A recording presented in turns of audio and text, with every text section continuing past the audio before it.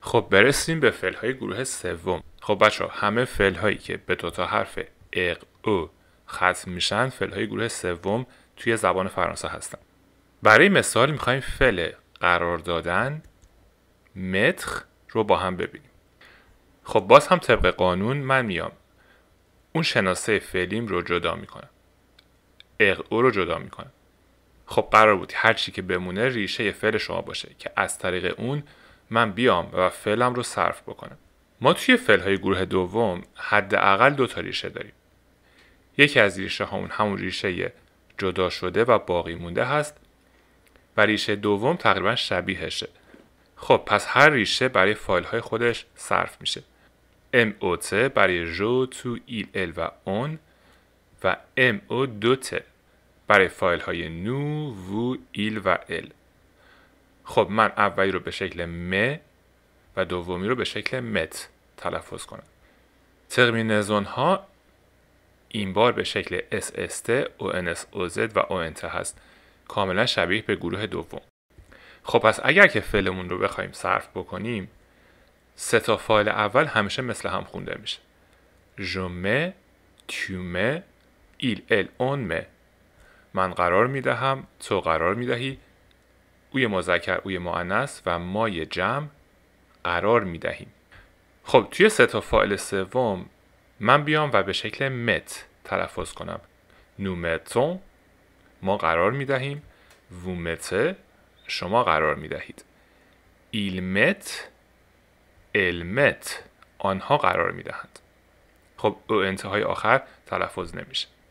بچه فعل متر معانی متفاوتی میتونه داشته باشه. توی این درس میخوایم ساده ترین عبارت هایی که با این فعل میتونیم بنویسیم رو با هم یاد بگیریم. من میتونم بگم Je mets les assiettes، من میگذارم بشقاب ها رو sur la table، روی میز. پس ساده ترین معنی قرار دادن، گذاشتن. Elodie met les livres dans la boîte، الودی قرار میدهد کتاب ها رو توی جعبه. میتونیم از این فعل برای پوشیدن لباس هم استفاده کنیم. Arthur met un pyjama، Arthur میگذاره یا میپوشه پیژامه.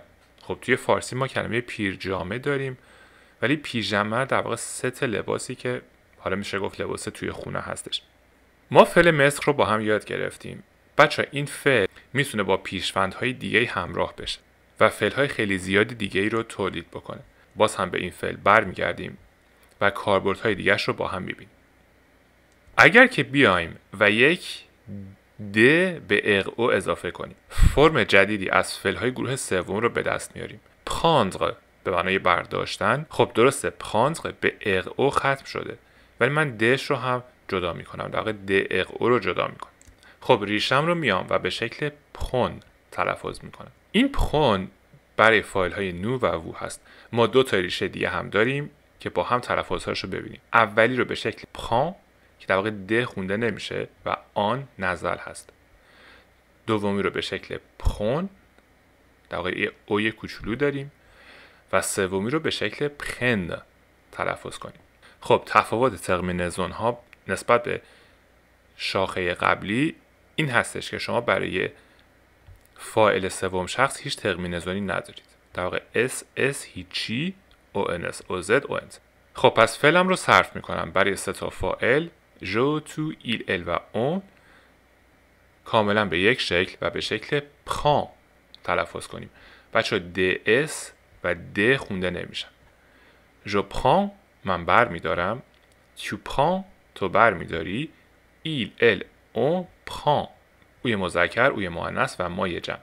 برای نو تلفظ من متفاوت. Nous prenons، vous prenez و برای il من به شکل prennent تلفظ کنم. Ils prennent، elles prennent. باز هم همانند فعل قبلی فعل متر که با هم یاد گرفتیم فعل prendre میتونه معانی متفاوتی داشته باشه. چند تا مثال ساده رو با هم ببینیم. Je prends le verre، من بر میدارم لیوان رو. من بر میدارم لیوان رو. On prend un gâteau، بگیریم یک شیرینی. خب در واقع اینجا جمله شما میتونه به عنوان یک توصیه باشه، به عنوان یک پیشنهاد باشه. بچه توی فارسی شما از کلمه دوش گرفتن استفاده میکنید. خب فرانسوی ها هم به همین شکل میگن اوگو prend une douche.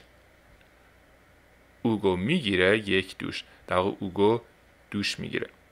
خب باز هم prendre شما میتونه پیشوندهایی بگیره و فعلهای جدیدی تولید بکنه، مثل فعل apprendre که با اضافه شدن یک ا و پ تشکیل میشه به معنای یادگیری.